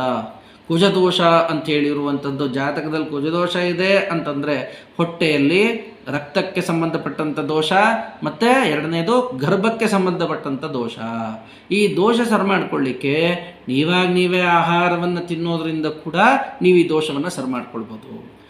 ಮತ್ತು ಎರಡನೇದಾಗಿ ಕುಜದೋಷಕ್ಕೆ ಸಂಬಂಧಪಟ್ಟಂತೆ ನಾವು ಕೂಡ ಯಾರಿಗಾದರೂ ಕುಜದೋಷ ಇದೆ, ನಾವು ಕುಜದೋಷದ ಪರಿಹಾರ ಮಾಡಿಕೊಳ್ಬೇಕು ಮತ್ತು ಇದ್ರ ಬಗ್ಗೆ ನಾವು ತಿಳ್ಕೊಳ್ಬೇಕು ಅನ್ನೋದಿದ್ದರೆ ಈ ಕೆಳಗಡೆ ಕಂಡಂಥ ನಂಬರಿಗೆ ನೀವು ಕೂಡ ಫೋನ್ ಮಾಡಿ ಏನು ವಿಚಾರ ತಿಳ್ಕೊಳ್ಬೇಕು, ಯಾವುದಕ್ಕೆ ಸಂಬಂಧಪಟ್ಟಂತೆ ನೀವು ಯಾವ ನವಗ್ರಹಗಳಲ್ಲಿ ಏನೇ ವಿಷಯಗಳನ್ನಿದ್ದರೂ ಕೂಡ ನೀವು ತಿಳ್ಕೊಳ್ಬೇಕು ಅನ್ನೋದಾದರೆ ಈ ನಂಬರಿಗೆ ಕಾಂಟ್ಯಾಕ್ಟ್ ಮಾಡಿ ನೀವು ಕೂಡ ತಿಳ್ಕೊಳ್ಬೋದು. ನಂತರ ಬುಧ ನೋಡಿ, ಬುಧಗ್ರಹಕ್ಕೆ ಸಂಬಂಧಪಟ್ಟಂತೆ ಬುಧಗ್ರಹ ಬುದ್ಧಿ ಅಂತ ಕರೀತಾರೆ, ನಮ್ಮ ದೇಹದಲ್ಲಿ ಬುದ್ಧಿ ಅಂತ ಕರೀತಾರೆ. ನೋಡಿ, ಬುದ್ಧಿ ಅಂತಂದರೆ ನಾವು ಏನು ಮಾಡಬೇಕು ಎನ್ನುವಂಥ ಚೇತನಾ ಶಕ್ತಿಯನ್ನು ನಿಮಗೆ ಕೊಡ್ತಕ್ಕಂಥದ್ದು ಬುದ್ಧಿ. ಬುಧಗ್ರಹದ ಧಾನ್ಯ ಯಾವುದು? ಹೆಸರು ಕಾಳು. ನೋಡಿ, ಹೆಸರು ಕಾಳು ಅಥವಾ ಹೆಸರು ಬೇಳೆ. ನೋಡಿ, ಅದಕ್ಕೆ ಹೇಳ್ತಾರೆ ಬುದ್ಧಿ ಚುರುಕಾಗಬೇಕು. ನಮ್ಮ ಮಕ್ಕಳಲ್ಲಿ ಬುದ್ಧಿ ಇಲ್ಲ, ಅದಕ್ಕೆ ದಿನ ಬೆಳಗ್ಗೆ ಆದರೆ ತಂದೆ ತಾಯಿಗಳು ಮಕ್ಕಳನ್ನು ಬೈಯೋದೇ ಹೀಗೆ, ಏನಂತ, ನಿನ್ನ ಬುದ್ಧಿಗಿದ್ದೆ ಇದೆಯೋ ಇಲ್ವೋ ಅಂತ ಹೇಳಿ ಬೈಯೋಕ್ಕೆ ಶುರು ಮಾಡ್ತಾರೆ. ಹೀಗೆ ಆ ಮಕ್ಕಳಲ್ಲಿ ಮತ್ತು ಆರೋಗ್ಯ ಬರಬೇಕು ಮತ್ತು ಮಕ್ಕಳಲ್ಲಿ ಬುದ್ಧಿ ಚುರುಕಾಗಬೇಕು ಹೇಳಿದ್ರೆ ಹೆಸರು ಕಾಳನ್ನು ಮೊಳಕೆ ಕಟ್ಟಿ ಕೊಡೋದ್ರಿಂದ ಬುಧಗ್ರಹದ ದೋಷಗಳು ನಿವಾರಣೆ ಆಗುತ್ತೆ ಮತ್ತು ಅತಿಯಾದಂಥ ಬುದ್ಧಿ ಕೂಡ ಬರುತ್ತೆ. ಮತ್ತು ಹೆಸರು ಬೇಳೆ ನೋಡಿ, ಯಾರಿಗೆ ತುಂಬ ಉಷ್ಣ ಶರೀರ ಆಗಿರ್ತಾರೆ, ಬುಧಗ್ರಹದ ದೋಷಗಳು ಕೆಲವೊಂದು ತಲೆನೋವು ಬರ್ತಕ್ಕಂಥದ್ದು, ಹೊಟ್ಟೆ ನೋವು ಬರ್ತಕ್ಕಂಥದ್ದು, ಇಂಥವೆಲ್ಲ ಸಮಸ್ಯೆಗಳು, ಉಷ್ಣ ಜಾಸ್ತಿ ಆಗುವಂಥದ್ದು, ಇವೆಲ್ಲ ಬುಧನಿಂದಲೇ ಆಗ್ತದೆ. ಹೀಗೆ ಹೆಸರುಬೇಳೆ ಎಲ್ಲ ನೋಡಿ, ಹೆಸರುಬೇಳೆ ಆರೋಗ್ಯ, ಆಗಲೇ ಹೇಳಿದೆ ಆಯುಷು ಬೆಲ್ಲ. ಈ ಹೆಸರುಬೇಳೆ ಪಾಯಸವನ್ನು ಮಾಡಿ ಹೆಸರುಬೇಳೆ ಪಾಯಸವನ್ನು ಮಕ್ಕಳಿಗೆ ಕುಡಿಸೋದ್ರಿಂದ ತಂಪು ಉಂಟು ಮಾಡುತ್ತೆ. ನಂತರ ಅವರಿಗೆ ಸಾಕಷ್ಟು ಪೋಷಕಾಂಶಗಳನ್ನು ಕೂಡ ನೀಡುತ್ತೆ. ನಂತರ ಹೆಸರುಬೇಳೆ ಪಾಯಸವನ್ನು ತಿನ್ನೋದ್ರಿಂದ ಅವರ ಮೆದುಳು ಪ್ರಶಾಂತವಾಗಿರುವಂತೆ ಆಲೋಚನಾ ವ್ಯವಸ್ಥೆ ಇರುತ್ತೆ, ಸರಿಯಾದಂಥ ಮಾರ್ಗದಲ್ಲಿ ಅವರ ಮೆದುಳನ್ನು ನಡೆಸೋದಕ್ಕೆ ಸಹಾಯ ಆಗುತ್ತೆ. ಇದಕ್ಕೆ ಹೇಳ್ತಾರೆ ಬುದ್ಧಿ ಚುರುಕಾಗೋದು ಅಂತ ಹೇಳ್ತಾರೆ. ಅದಕ್ಕೆ ಬುಧಗ್ರಹನೇ ಕಾರಣ. ಬುಧಗ್ರಹ ಬುದ್ಧಿಗೆ ಅಧಿಪತಿಯಾಗಿದ್ದಾನೆ. ಬುದ್ಧಿ ಚುರುಕಾಗಬೇಕಾಗಿದ್ದರೆ ಹೆಸರು ಕಾಳನ್ನು ಮೊಳಕೆ ಕಟ್ಟಿಂದ ಮತ್ತು ಹೆಸರು ಬೇಳೆ ಪಾಯಸವನ್ನು ತಿನ್ನೋದ್ರಿಂದ ಬುಧನ ಅನುಗ್ರಹ ನಿಮಗೆ ಸಿಗತ್ತೆ. ನಂತರ ಗುರು ಬೃಹಸ್ಪತಿ ನೋಡಿ, ಹರಿಹರರು ಮುನಿದ್ರು ಕೂಡ ಗುರು ಕಾಯ್ತಾನೆ, ಆದರೆ ಗುರು ಮುನಿದ್ರೆ ಯಾರೂ ಕಾಯೋರಿಲ್ಲ. ಗ್ರಹದ ವಿಶೇಷಣೆ ಅದು. ಅದಕ್ಕೆ ಹೇಳ್ತಾರೆ ಗುರು ಬ್ರಹ್ಮ ಗುರುರ್ವಿಷ್ಣು ದೇವೋ ಮಹೇಶ್ವರ ಗುರು ಸಾಕ್ಷಾತ್ ಪರಬ್ರಹ್ಮ ತಸ್ಮೈ ಶ್ರೀ ಗುರುವೇ ನಮಃ. ಗುರುವಿಗೆ ವಿಶೇಷವಾದಂಥ ಸ್ಥಾನ ಇದೆ. ಗುರುಗ್ರಹಕ್ಕೂ ಅಷ್ಟೆ. ಯಾರು ಗುರುಗ್ರಹ? ವಿಶೇಷವಾದಂಥ ಅನುಗ್ರಹವನ್ನು ಕೊಡ್ತಕ್ಕಂಥವ್ರು, ಬುದ್ಧಿಯನ್ನು ಕೊಡ್ತಕ್ಕಂಥವ್ರು. ವಿಶೇಷ ಬುದ್ಧಿ ಅಂದರೆ ನಮಗೆ ಬುದ್ಧಿ ಇದೆ, ಆದರೆ ಯಾವುದು ಸರಿ ಯಾವುದು ತಪ್ಪು ಮತ್ತು ಯಾವುದು ಒಳ್ಳೆಯ ಮಾರ್ಗ ಯಾವುದು ಕೆಟ್ಟ ಮಾರ್ಗ, ಯಾವುದು ಸರಿ ಯಾವುದು ತಪ್ಪು, ಯಾವುದು ಒಳ್ಳೆಯದು ಯಾವುದು ಧರ್ಮ ಯಾವುದು ಅಧರ್ಮ ಯಾವುದು, ಇವನ್ನು ವಿವೇಚನೆ ಕೊಡ್ತಕ್ಕಂಥವರು ಗುರುಗ್ರಹ. ನಿಮ್ಮ ಒಳಗಡೆ ಪ್ರಶ್ನೆ ಹಾಕ್ಕೊಂಡು ಆ ಪ್ರಶ್ನೆಗೆ ಸರಿ ಯಾವುದು ತಪ್ಪು ಯಾವುದು ಅಂತ ಆಲೋಚನೆ ಮಾಡುವಂತಹ ಶಕ್ತಿ ನಿಮಗೆ ಕೊಡ್ತಕ್ಕಂಥದ್ದು ಗುರುಗ್ರಹ. ಅದಕ್ಕೆ ನೋಡಿ, ಗುರುಗ್ರಹದ ಧಾನ್ಯ ವಿಶೇಷವಾಗಿ ಕಡಲೆಕಾಳು. ಓಂ ಗುರುಗ್ರಹಾಯ ನಮಃ ಅಂತೇಳಿ ಪ್ರಾರ್ಥನೆ ಮಾಡೋದರಿಂದ ಕೂಡ ಎಷ್ಟೋ ಸಮಸ್ಯೆಗಳ ಪರಿಹಾರ ಆಗುತ್ತೆ. ಗೊತ್ತಾಗದೇ ಇರುವಂತಹ ಸಮಸ್ಯೆಗಳಿಗೆ ಉತ್ತರ ಸಿಗುತ್ತೆ. ನಂತರ ಗುರುಗ್ರಹದ ಧಾನ್ಯ ನೋಡಿ ಕಡಲೆಕಾಳನ್ನು ನಾವು ಕೂಡ ಮೊಳಕೆ ಕಟ್ಟಿ ಆ ಕಡಲೆಕಾಳನ್ನು ನಾವು ಆಹಾರವಾಗಿ ತಗೊಳ್ತೇವೆ. ನಂತರ ವಿಶೇಷ ಬುದ್ಧಿ ಯಾರಿಗಿದೆ ಅಂತಂದರೆ ನೋಡಿ, ಗಣಪತಿಗೆ ವಿಶೇಷ ಬುದ್ಧಿ. ಆ ಗಣಪತಿಗೆ ಮೊದಲನೇ ನೈವೇದ್ಯ ಮಾಡುವಂಥದ್ದೇ ನಾವು ಕಡಲೆಕಾಳನ್ನು ಮುಂದೆ ಇಟ್ಟು ನೈವೇದ್ಯವನ್ನು ಮಾಡ್ತೇವೆ. ಯಾಕೆ? ಆ ಗಣೇಶನಿಗೆ ಇಷ್ಟವಾದಂಥದ್ದು ಕಡಲೆಕಾಳು. ಯಾಕೆ? ಅದನ್ನು ತಿನ್ನೋದ್ರಿಂದಲೇ ಅವನಿಗೆ ಅಷ್ಟೊಂದು ಅಪಾರವಾದಂಥ ಬುದ್ಧಿ. ಯಾರಿಗೆ? ವಿಶೇಷವಾದಂಥ ಬುದ್ಧಿ ಗಣೇಶನಿಗೆ. ಅದಕ್ಕೆ ನಾವು ಕೂಡ ಗಣೇಶನ ಒಂದು ಅನುಗ್ರಹ ತಗೊಂಡಂಗಾಗತ್ತೆ, ಗುರುವಿನ ಅನುಗ್ರಹ ನಮಗೆ ಸಿಗತ್ತೆ. ಅದಕ್ಕೆ ಕಡಲೆಕಾಳನ್ನು ವಿಶೇಷವಾಗಿ ನಾವು ತಿನ್ನೋದ್ರಿಂದ ನಮಗೆ ಗುರುವಿನ ವಿಶೇಷ ಬುದ್ಧಿ ನಮಗೆ ಸಿಗುತ್ತೆ. ನಂತರ ಕಡಲೆಬೇಳೆ ನೋಡಿ, ಕಡಲೆಕಾಳಿನ ಗುರುವಿನ ಧಾನ್ಯ ಕಡಲೆಕಾಳು ಮತ್ತು ಕಡಲೆಬೇಳೆ. ಈ ಕಡಲೆಬೇಳೆ ಆರೋಗ್ಯ, ನಂತರ ಆಯುಷ್. ನಾನು ಮೊದಲೇ ಹೇಳಿದೆ, ಆಯುಷ್ ಅಂತಂದರೆ ಬೆಲ್ಲ. ಕಡಲೆಬೇಳೆ ಮತ್ತು ಬೆಲ್ಲವನ್ನು ಮಿಶ್ರಣ ಮಾಡಿದಂತಹ ಕಡಲೆಬೇಳೆ ಪಾಯಸವನ್ನು ಗುರುವಾರದ ದಿನ ಗುರುಗ್ರಹಕ್ಕೆ ನೈವೇದ್ಯ ಮಾಡಿ, ಗುರುವಿಗೆ ನೈವೇದ್ಯ ಮಾಡಿ ಆ ಪಾಯಸವನ್ನು ಸ್ವೀಕಾರ ಮಾಡೋದ್ರಿಂದ ನಿಮಗೆ ವಿಶೇಷವಾದಂಥ ವಿಶೇಷ ಬುದ್ಧಿ ನಿಮಗೆ ಸಿಗತ್ತೆ. ವಿಶೇಷ ಬುದ್ಧಿ ಅಂತಂದರೆ ಯಾವ ಸರಿ ಯಾವ ತಪ್ಪು ಎನ್ನುವಂಥ ಆಲೋಚನೆ ಮಾಡುವಂಥ ಶಕ್ತಿ ನಿಮಗಾಗತ್ತೆ, ಬುದ್ಧಿ ನಿಮಗೆ ಸಿಗತ್ತೆ. ನಂತರ ಗುರುವಿನ ಅನುಗ್ರಹ ನಿಮಗೆ ಜಾತಕದಲ್ಲಿ ಹೇಳ್ತಾರೆ, ಒಳ್ಳೆಯ ಗಜಕೇಸರಿ ಯೋಗ ಬೇಕು ಅಂತಂದರೆ ನಮಗೆ ಗುರುವಿನ ಅನುಗ್ರಹ ಇರಬೇಕು. ಒಳ್ಳೆಯ ವಿದ್ಯಾಭ್ಯಾಸ ಬರಬೇಕು ಅಂತಂದರೆ ಗುರುವಿನ ಅನುಗ್ರಹ ಇರಬೇಕು. ಮತ್ತು ಒಳ್ಳೆಯ ವಿದ್ಯಾಭ್ಯಾಸ ಮಾರ್ಗ ಚೆನ್ನಾಗಿರಬೇಕು, ನಾವು ನಡೆಯುವಂತಹ ಮಾರ್ಗ ಚೆನ್ನಾಗಿರಬೇಕು. ಅಧರ್ಮದಲ್ಲಿ ಹೋಗಬಾರ್ದು, ಧರ್ಮದಲ್ಲಿ ನಾವು ನಡಿಬೇಕು ಅಂತ ಯಾರು ಅಂದ್ಕೊಳ್ತಾರೆ, ಇನ್ನೊಬ್ಬರಿಗೆ ನಾವು ಮಾರ್ಗದರ್ಶಕರಾಗಿರಬೇಕು ಮತ್ತು ಇನ್ನೊಬ್ಬರಿಗೆ ನಾವು ಯಾವಾಗಲೂ ಮಾದರಿಯಂತೆ ನಾವು ಬದುಕಬೇಕು ಅಂತ ಅಂದ್ಕೊಳ್ಳೋರಿಗೆ ಯಾವಾಗಲೂ ಜಾತಕದಲ್ಲಿ ಗುರು ಚೆನ್ನಾಗಿರಬೇಕು. ಹಾಗೆ ಗುರುವಿನ ಅನುಗ್ರಹ ಕೂಡ ನಾವು ಪಡ್ಕೊಳ್ಬೇಕು. ನಂತರ ಗ್ರಹ ಶುಕ್ರಗ್ರಹ ನೋಡಿ, ಶುಕ್ರಗ್ರಹ ಅಂತ ಕೂಡಲೇ ಶುಕ್ರಗ್ರಹ ನಮ್ಮ ದೇಹದಲ್ಲಿ ವೀರ್ಯಕ್ಕೆ ಅಧಿಪತಿಯಾಗಿದ್ದಾನೆ. ವೀರ್ಯಕ್ಕೆ ಅಧಿಪತಿಯಾಗಿರ್ತಕ್ಕಂಥ ಶುಕ್ರಗ್ರಹ ಮಕ್ಕಳಿಗೆ ಕಾರಕನಾಗಿದ್ದಾನೆ. ವೀರ್ಯ ಇಲ್ಲದೆ ಇದ್ದು ಮಕ್ಕಳಾಗಲ್ಲ. ಹೀಗೆ ಆ ವೀರ್ಯ ವೃದ್ಧಿ ಆಗಬೇಕು ಹೇಳಿದ್ರೆ ಅದಕ್ಕೆ ವಿಶೇಷವಾದಂಥ ಆಹಾರ ಮತ್ತು ಔಷಧಿ ಅಂತಂದರೆ ಶುಕ್ರಗ್ರಹದ ಧಾನ್ಯ ಅವರೇಕಾಳು. ಶುಕ್ರಗ್ರಹದ ದೋಷ ಯಾರಿಗಿರುತ್ತೆ ಅವರಿಗೆ ಸ್ವಲ್ಪ ಸಂತಾನ ಆಗದೇ ಇರತಕ್ಕಂಥದ್ದು. ಸಂತಾನ ಯಾರಿಗಾಗಲ್ಲ ಅವರಿಗೆ ನೋಡ್ಕೊಳ್ಳಿ, ನಮಗೆ ವೀರ್ಯ ಕಡಿಮೆ ಇದೆ, ವೀರ್ಯದಲ್ಲಿ ಪುರುಷತ್ವ ಕಣಗಳು ಕಡಿಮೆ ಇದೆ, ಅದಕ್ಕೆ ಹೇಳ್ತಾರೆ ಏನಂತ ಕೌಂಟ್ಸ್ ಕಡಿಮೆ ಇದೆ ಅಂತ ಕರೀತಾರೆ. ಮತ್ತು ವೀರ್ಯದಲ್ಲಿ ಮಕ್ಕಳಾಗುವಂತಹ ವೀರ್ಯ ಕಡಿಮೆ ಇದೆ ಅಂತಾರೆ. ಅಂತಹ ವೀರ್ಯ ಸರಿಯೋಗಬೇಕು ಹೇಳಿದ್ರೆ ವಿಶೇಷ ಅವರೇಕಾಳನ್ನು ನೀವು ಆಹಾರವನ್ನು ತೆಗೆದುಕೊಳ್ಳೋದ್ರಿಂದ ವೀರ್ಯ ವೃದ್ಧಿ ಆಗತ್ತೆ, ಸಂತಾನೋತ್ಪತ್ತಿ ಆಗತ್ತೆ, ಸಂತಾನವೂ ಕೂಡ ಆಗತ್ತೆ. ನಂತರ ಶನೇಶ್ಚರ ಶನಿಗ್ರಹ ನೋಡ್ಕೊಳ್ಳಿ, ಶನಿಗ್ರಹ ವಿಶೇಷವಾದಂಥ ಫಲವನ್ನು ಕೊಡ್ತಕ್ಕಂಥದ್ದು.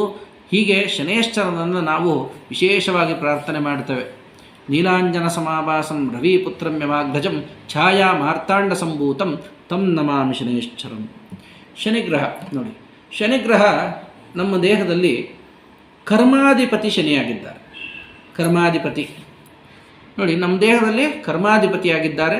ಮತ್ತು ನಮ್ಮ ನರಮಂಡಲದ ವ್ಯವಸ್ಥೆ ನೋಡಿ, 72,000 ನಾಡಿಗಳು, 72,000 ನರಗಳ ದೇಹದಲ್ಲಿದೆ. ಅದರಲ್ಲಿ ಅರ್ಧ 36,000 ನಾಡಿಗಳು ಸ್ತ್ರೀ ನಾಡಿಗಳು, 36,000 ನಾಡಿಗಳು ಪುರುಷ ನಾಡಿಗಳು. ಈ ಎಲ್ಲ ನಾಡಿಗಳು, ಎಲ್ಲ ನರಗಳಿಗೂ ಅಧಿಪತಿ ಶನಿಯಾಗಿದ್ದಾನೆ. ನಮ್ಮ ದೇಹದಲ್ಲಿ ಒಂದು ಕೆಲಸ ಮಾಡಬೇಕು ಅಂತಂದ್ರೆ ಒಂದು ಬೆರಳನ್ನು ನಾವು ಅದರಿಂದ ನಾವು ಏನಾದರೂ ತಗೊಳ್ಬೇಕು, ಒಂದು ಕ್ರಿಯೆ ಮಾಡಬೇಕು, ನಮ್ಮ ದೇಹದಿಂದ ಏನಾದರೂ ಕ್ರಿಯೆಯನ್ನು ಮಾಡಬೇಕು. ಕಣ್ಣು ಚೆನ್ನಾಗಿ ನೋಡಬೇಕು ಅಂತಂದ್ರೂ ನರಗಳ ಸಹಾಯ ಮಾಡಬೇಕು. ಕಿವಿ ಕೇಳಿಸ್ಕೊಳ್ಬೇಕು ಅಂತಂದ್ರೂ ನರಗಳ ಸಹಾಯ ಮಾಡಬೇಕು. ಉಶ್ವಾಸ ನಿಶ್ವಾಸಗಳೇನು ತಗೊಳ್ತಾ ಇದ್ದೇವೆ ಅದಕ್ಕೂ ಕೂಡ ನರಗಳ ಸಹಾಯ ಮಾಡಬೇಕು. ಪ್ರತಿಯೊಂದಕ್ಕೂ ನಮ್ಮ ದೇಹದಲ್ಲಿ ಏನು ಚಲನೆ ಉಂಟಾಗತ್ತೆ, ಪ್ರತಿಯೊಂದು ಕಾರ್ಯ ಮಾಡಬೇಕು, ನಮ್ಮ ದೇಹದಿಂದ ಏನೇ ಕಾರ್ಯ ಮಾಡಬೇಕು ಅಂತಂದ್ರೂ ಕೂಡ ನರಗಳಿಂದಲೇ. ಹೀಗೆ ಈ ನರಗಳೆಲ್ಲದಕ್ಕೂ ಅಧಿಪತಿ ಯಾರು ಅಂತಂದರೆ ಶನಿ. ನಮ್ಮ ದೇಹ ಎಲ್ಲಿಯವರೆಗೆ ಸಾಮರ್ಥ್ಯವನ್ನು ತಡ್ಕೊಳ್ಳುತ್ತೆ ನೋವಿಗೆ, ನಮ್ಮ ದೇಹ ಯಾವ ಕೆಲಸವನ್ನು ಮಾಡಿದರೆ ನೋವು ಉಂಟಾಗೋದಿಲ್ಲ, ನಮ್ಮ ದೇಹ ಯಾವ ಕೆಲಸವನ್ನು ಮಾಡಿದರೆ ನೋವು ಉಂಟಾಗುತ್ತೆ. ಆ ನೋವು ಕೊಡ್ತಕ್ಕಂಥವ್ನು ಶನಿಯಾಗಿದ್ದಾನೆ. ನಾವು ನೋಡಿ, ಇವಾಗ ಸಾಮಾನ್ಯವಾಗಿ ನಾವು ಹಿಂಗೆ ಕೂತಿದ್ರೆ ಎಷ್ಟೊತ್ತು ಬೇಕಾದ್ರೂ ನಾವು ಹಿಂಗೆ ಕೂತ್ಕೊಳ್ತೀವಿ, ಯಾವುದೇ ಸಮಸ್ಯೆ ಇರೋದಿಲ್ಲ, ಯಾವುದೂ ನೋವು ಬರೋದಿಲ್ಲ. ಕೆಲವರು ನೋಡಿ ಚೆಕ್ ಮಾಡ್ಕೊಳ್ತಾರೆ ಕೆಳಗಡೆ, ಒಂದು 5 ನಿಮಿಷ ಕೂತ್ಕೊಳ್ಳೋಷ್ಟೊತ್ತಿಗೆ ಮಂಡಿ ಕಾಲು ನೋವು ಬರುತ್ತೆ, ಆಗ 2 ನಿಮಿಷದಲ್ಲಿ ಎದ್ದು ಬಿಡ್ತಾರೆ. ಮತ್ತು ಕೆಲವರು ನೋಡಿ ಕೂತಿದ್ದ ಜಾಗದಲ್ಲೇ ಸುಮಾರು ಹೊತ್ತು ಕೂತಿರ್ತಾರೆ, ಅವ್ರಿಗೆ ಯಾವುದೇ ನೋವುಗಳು ಬರೋದಿಲ್ಲ. ಆದರೆ ಇಲ್ಲಿ ನಾವು ಅರ್ಥ ಮಾಡ್ಕೊಳ್ಬೇಕಾಗಿರೋದೇನು ಅಂತಂದರೆ, ಯಾವ ಕಾರ್ಯ ನಮ್ಮ ದೇಹದಿಂದ ಎಷ್ಟೊತ್ತು ಮಾಡಲಿಕ್ಕಾಗತ್ತೆ, ಏನೇ ಕಾರ್ಯ ಆಗಿದ್ರು ಆ ಕಾರ್ಯ ಮಾಡಿದ ಮೇಲೆ ನಮ್ಗೆ ನೋವು ಬರಬಾರ್ದು. ನೋವು ಬಂತು ಅಂತಂದರೆ ಆ ನೋವಿಗೆ ನಮ್ಮ ದೇಹ ತಡೆಯಲ್ಲ, ನಾವಿನ್ನು ಮುಂದೆ ಮಾಡಬಾರ್ದು. ನೋಡಿ, ನಾವೊಂದು ಎಕ್ಸಾಂಪಲ್ ಹೇಳ್ತೇನೆ ನಾನು ನಿಮಗೆ. ನಾವು ಆರಾಮಾಗಿ ಕೈ ನೋಡಿ ಹಿಂಗೆ ಹಿಡ್ಕೊಂಡಿದ್ರೆ ನಾವು ಒಂದು ಸ್ವಲ್ಪ ಹೊತ್ತಿರ್ತೀವಿ, ಯಾವುದೇ ನೋವು ಬರಲ್ಲ. ಅದೇ ಕೈಯನ್ನು ಸುಮಾರು ಹೊತ್ತು ಹಿಂಗೆ ಎತ್ತಿ ಹಿಡ್ಕೊಂಡಿದ್ರೆ ಇಲ್ಲಿ ನೋವು ಅಂಥೇಳಿ ಉಂಟಾಗತ್ತೆ. ಅಂದರೆ ಹಿಂಗೆ ಎತ್ತಿ ಹಿಡ್ಕೊಂಡಿರ್ತಕ್ಕಂಥದ್ದು ಕಾರ್ಯ ಮತ್ತು ಆ ಕಾರ್ಯಕ್ಕೆ ಫಲ, ಇದು ನೋವು. ಆ ನೋವನ್ನು ಕೊಡ್ತಕ್ಕಂಥವನು ಯಾರು ಅಂತಂದರೆ ಅದು ಶನಿ. ಕಾರ್ಯಕ್ಕೆ, ನಮ್ಮ ದೇಹದಿಂದ ಮಾಡುವಂತಹ ಕಾರ್ಯಗಳಿಗೆ ಫಲವನ್ನು ಕೊಡ್ತಕ್ಕಂಥವನು, ಅದು ಅಶುಭ ಫಲವಾಗಲಿ ಶುಭ ಫಲವಾಗಲಿ ಕೊಡ್ತಕ್ಕಂಥವನು. ಅದಕ್ಕೆ ಕರ್ಮ. ಕರ್ಮ ಅಂದರೆ ಕೆಲಸ, ಕೈ ಹಿಂಗೆತ್ತಿ ಹಿಡಿದಿದ್ದು ಕೆಲಸ, ಆ ಕೆಲಸಕ್ಕೆ ನೋವನ್ನು ಕೊಡ್ತಕ್ಕಂಥದ್ದು ಶನಿ. ಕರ್ಮಾಧಿಪತಿ ಶನಿ. ಕರ್ಮ ಅಂದರೆ ಕೆಲಸ, ಆ ಕೆಲಸಕ್ಕೆ ಏನು ಫಲವನ್ನು ಕೊಡಬೇಕು ಆ ಫಲವನ್ನು ಕೊಡ್ತಕ್ಕಂಥವನು ಶನಿಯಾಗಿದ್ದಾನೆ. ಇದನ್ನು ನಾವು ಅರ್ಥ ಮಾಡಿಕೊಳ್ಬೇಕು. ನಮ್ಮ ದೇಹದಿಂದ ಏನು ಕಾರ್ಯ ನಮ್ಮ ಕೈಯಲ್ಲಿ ಆಗತ್ತೆ, ಆ ಕಾರ್ಯವನ್ನು ಮಾಡಿದ್ರೆ ಏನು ಫಲ ನಮಗೆ ಸಿಗತ್ತೆ, ನೋವು ಸಿಗುತ್ತಾ ಅಥವಾ ಆನಂದ ಸಿಗತ್ತೆ, ಇದು ನಮಗೆ ಅದು ಅರ್ಥ ಮಾಡಿಕೊಂಡು ನಾವು ಕೆಲವು ಕೆಲಸಗಳನ್ನು ನಾವು ಮಾಡಬೇಕಾಗತ್ತೆ. ಹೀಗೆ ಶನಿಗ್ರಹದ ಧಾನ್ಯ ಯಾವುದು ಅಂತಂದರೆ ಅದು ಕರಿ ಎಳ್ಳು. ನಮಗೆ ನರದೌರ್ಬಲ್ಯಗಳನ್ನು ಕರೀತಾರೆ. ನರದೌರ್ಬಲ್ಯಗಳು ಅಂತಂದರೆ ನಮಗೆ ಎದ್ದು ಓಡಾಡೋಕ್ಕಾಗದೇ ಇರತಕ್ಕಂಥದ್ದು, ನರಗಳ ಚೈತನ್ಯ ಇಲ್ಲದೆ ಇರತಕ್ಕಂಥದ್ದು, ಬೆರಳುಗಳನ್ನು ಈ ರೀತಿ ಮಡಚೋದಕ್ಕಾಗದೇ ಇರತಕ್ಕಂಥದ್ದು, ಹೀಗೆ ಕೆಲವು ಸಮಸ್ಯೆಗಳು, ನರಕ್ಕೆ ಸಂಬಂಧಪಟ್ಟಂಥ ಕೆಲವು ಸಮಸ್ಯೆಗಳು ನಮಗಿರುತ್ತೆ. ಇಂತಹ ಸಮಸ್ಯೆಗಳ ನಿವಾರಣೆ ಆಗಬೇಕಾಗಿದ್ದರೆ, ಅಂಥ ಸಮಸ್ಯೆಗಳಿಗೆ ಆರೋಗ್ಯವಾದಂಥ ಆರೋಗ್ಯ ಆಗಬೇಕು, ನಮಗೆ ಆರೋಗ್ಯ ಸರಿ ಮಾಡಿಕೊಳ್ಬೇಕು ಅನ್ನೋರಿಗೆ ಔಷಧಿ ಅಂತಂದರೆ ಅದು ಶನಿಗ್ರಹದ ಧಾನ್ಯ ಕರಿ ಎಳ್ಳು. ಕರಿ ಎಳ್ಳು ಜೊತೆಗೆ ಆಯುಷ್, ಗೊತ್ತಲ್ಲ ಆಯುಷ್ ಅಂತಂದರೆ ಬೆಲ್ಲ. ಬೆಲ್ಲ ಮತ್ತು ಕರಿ ಎಳ್ಳು ಎರಡನ್ನು ಮಿಕ್ಸ್ ಮಾಡಿ ಮಾಡೋದರಿಂದ ಅದನ್ನು ಎಳ್ಳುಂಡೆ ಅಂತೇಳಿ ಕರೀತಾರೆ. ಬೆಲ್ಲದ ಎಳ್ಳುಂಡೆ ಅಂತ ಕರೀತಾರೆ. ಆ ಎಳ್ಳುಂಡೆಯನ್ನು ಶನಿವಾರದ ಹೊತ್ತು 3-4 ಉಂಡೆಗಳನ್ನು ನೀವು ತಿನ್ನೋದ್ರಿಂದ ನಿಮ್ಮ ದೇಹದಲ್ಲಿರ್ತಕ್ಕಂಥ ನರಗಳೆಲ್ಲ ನರಗಳಲ್ಲೂ ಚಲನೆ ಉಂಟಾಗತ್ತೆ. ಮತ್ತು ಎಲ್ಲಿ ಯಾವ ನರಗಳು, ಕೆಲವು ಡೆಡ್ ಏನಾಗಿರುತ್ತೆ, ಕೆಲವು ಸತ್ತ ನರಗಳು ಅಂತ ಏನು ಕರೀತಾರೆ, ಅಂದರೆ ಕೆಲಸ ಮಾಡದೇ ಇರತಕ್ಕಂಥ ಕೆಲವು ನರಗಳೇನಿರುತ್ತೆ ಆ ನರಗಳು ಕೂಡ ಸರಿ ಹೋಗುತ್ತೆ. ಅದಕ್ಕೆ ಹೇಳ್ತಾರೆ ಎಳ್ಳುಂಡೆಯನ್ನು ನೀವು ನೋಡಿ, ಆ ಕಾಲದಿಂದಲೂ ನಮಗೆ ಒಳ್ಳೆಯದಾಗಲಿ ಕೆಟ್ಟದಾಗಲಿ ಎಳ್ಳುಂಡೆಯನ್ನು ತಿನ್ನೋದರಿಂದ ನಮಗೆ ಒಳ್ಳೆಯ ಫಲಗಳು ನಮಗೆ ಸಿಗತ್ತೆ. ಮತ್ತು ನಂತರ ರಾಹು ನೋಡ್ಕೊಳ್ಳಿ, ರಾಹುರ್ ಬಾಹುಬಲಂ ಅಂತ ಕರೆದ್ರು. ರಾಹುಗ್ರಹ ಅಂತಂದರೆ ನಮ್ಮ ತೋಳುಗಳಿಗೆ ಅಧಿಪತಿಯಾಗಿದ್ದಾನೆ. ನೋಡಿ, ನಾವು ಏನಾದರೂ ಕೆಲಸ ಮಾಡಬೇಕು ಅಂತಂದರೆ ಬಲ ಎಲ್ಲಿರಬೇಕು, ತೋಳಿನಲ್ಲಿ ಬಲ ಇರಬೇಕು. ನಾವು ಎಲ್ಲಿವರೆಗೂ ಕೈಯಲ್ಲಿ ಕೆಲಸ ಮಾಡಲಿಕ್ಕೆ ಶಕ್ತಿ ಇದೆ, ಅದು ಕೈಯಲ್ಲಿ ಶಕ್ತಿ ಇರೋವರೆಗೂ ನಾವು ಕೆಲಸವನ್ನು ಮಾಡ್ತೇವೆ, ಕೆಲಸ ಮಾಡಿ ದುಡ್ಡನ್ನು ಸಂಪಾದನೆ ಮಾಡ್ತೇವೆ. ಆ ಬಲ ಯಾರು ಕೊಡ್ತಾರೆ ಅಂತಂದರೆ ಅದು ರಾಹು. ಈ ರಾಹುಗ್ರಹದ ಅನುಗ್ರಹ ನಮಗೆ ವಿಶೇಷವಾಗಿ ರಾಹುಗ್ರಹ ಧಾನ್ಯ ಉದ್ದಿನ ಬೇಳೆ ಅಥವಾ ಉದ್ದಿನ ಕಾಳು.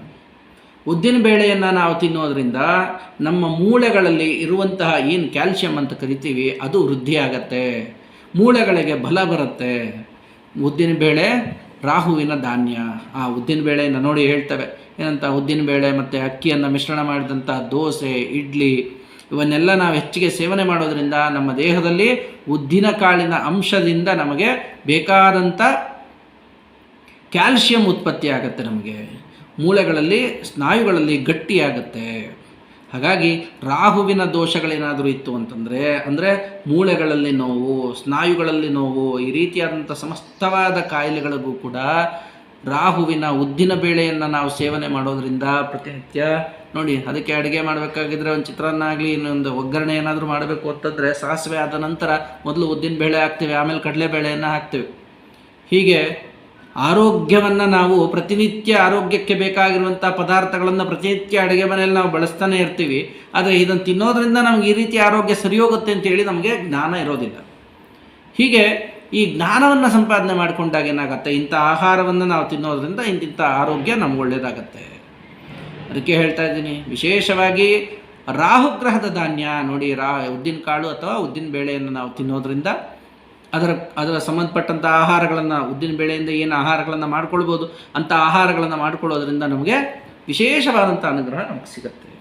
ನಂತರ ಕೇತುಗ್ರಹ ನೋಡ್ಕೊಳ್ಳಿ, ಕೇತುಗ್ರಹ ನಮಗೆ ಮೀನಖಂಡಕ್ಕೆ ಅಧಿಪತಿಯಾಗಿದ್ದಾನೆ. ಕಾಲಿನ ಮೇಲ್ಭಾಗದಲ್ಲಿರುವಂತಹ 2 ಮೀನಖಂಡಗಳು ನೋಡಿ, ಅದು ನಮಗೆ ವಿಶೇಷವಾಗಿ ಕೇತುಗ್ರಹದ ಧಾನ್ಯ ಯಾವುದು ಅಂತಂದರೆ ಉರುಳಿ. ಆ ಉರುಳಿಯನ್ನು ತಿನ್ನೋದ್ರಿಂದ ಮೀನಖಂಡಗಳ ನೋವುಗಳು ಬರೋದಿಲ್ಲ. ಈ ಮೀನಖಂಡದ ನೋವು ಅಂತಂದರೆ ವಿಶೇಷವಾಗಿ ನಿಮಗೆ ಗೊತ್ತಾಗಿರ್ಬೋದು, ಬೆಳಗಿನ ಜಾವ 3 ಗಂಟೆ 4 ಗಂಟೆಯಲ್ಲಿ ಆ ಮೀನಖಂಡದಲ್ಲಿರುವಂಥ ಒಂದು ನರಗಳು ಎಳ್ಕೊಳ್ಳುತ್ತೆ. ಆ ಎಳ್ಕೊಂಡಾಗ ಅದನ್ನು ಬಿಡಿಸ್ಕೊಳ್ಳಿಕ್ಕಾಗದೆ ಸುಮಾರು ನೋವನ್ನು ಅನುಭವಿಸ್ತೀವಿ. ಆ ನೋವು ನಮಗೆ ಬರೋದು ಯಾತಕ್ಕೆ ಅಂತಂದರೆ ನಮ್ಮ ದೇಹಕ್ಕೆ ಸರಿಯಾದ ಪೌಷ್ಟಿಕಾಂಶ ಇಲ್ಲ ಅಂತ. ಆ ಪೌಷ್ಟಿಕಾಂಶ ಯಾವುದ್ರಲ್ಲಿ ಸಿಗುತ್ತೆ ಅಂತಂದರೆ ಕೇತುಗ್ರಹದ ಧಾನ್ಯ ಹುರುಳಿಯನ್ನು ತಿನ್ನೋದ್ರಿಂದ. ನೋಡಿ, ಮೊಳಕೆ ಕಟ್ಟಿದ ಹುರುಳಿಯನ್ನು ತಿನ್ನೋದ್ರಿಂದ ಮೀನಖಂಡಗಳಲ್ಲಿರುವಂತಹ ನೋವುಗಳು, ಮತ್ತು ಕಾಲಿಗೆ ಸಂಬಂಧಪಟ್ಟಂಥ ನೋವುಗಳು, ಮತ್ತು ಮೊಣಕಾಲಿಗೆ ಸಂಬಂಧಪಟ್ಟಂಥ ನೋವುಗಳು ನಿವಾರಣೆ ಆಗುತ್ತೆ. ಮೀನಖಂಡಕ್ಕೆ ಸಂಬಂಧಪಟ್ಟಂತೆ ಈ ರೀತಿ ನರಗಳ ಎಳ್ಕೊಳ್ಳೋದಾಗಲಿ, ಈ ರೀತಿ ಸಮಸ್ಯೆಗಳು ಉಂಟಾಗೋದಿಲ್ಲ. ಆರ್ಥರಿಟೀಸ್ ಅಂತೇಳಿ. ಮತ್ತು ಕೇತುಗ್ರಹದ ಧಾನ್ಯ ಯಾವುದು? ಹುರುಳಿಯನ್ನು ಮೊಳಕೆ ಕಟ್ಟಿದ್ದ ತಿನ್ನೋದ್ರಿಂದ ವಿಶೇಷವಾದಂಥ ಅನುಗ್ರಹ ನಮಗೆ ಸಿಗುತ್ತೆ. ನಂತರ ನೋಡಿ, ಕುದುರೆಗೆ ನಿತ್ಯ ಆಹಾರ ಯಾವುದು ಅಂತಂದರೆ ಹುರುಳಿ. ಆ ಕುದುರೆ ಸುಮಾರು ದೂರ ಓಡ್ಕೊಂಡು ಹೋಗುತ್ತೆ. 60-70 ಕಿಲೋಮೀಟ್ರ್ ಫಾಸ್ಟಲ್ಲಿ ಆ ಕುದುರೆ ಓಡುತ್ತೆ. ಅದಕ್ಕೆ ಯಾವತ್ತಾದರೂ ಕಾಲು ನೋವು ಬಂದಿದ್ದಿದೆಯಾ? ಯಾಕೆ? ಆ ಕುದುರೆಗೆ ಸರಿಯಾದ ಆಹಾರ ಯಾವುದು? ಹುರುಳಿ.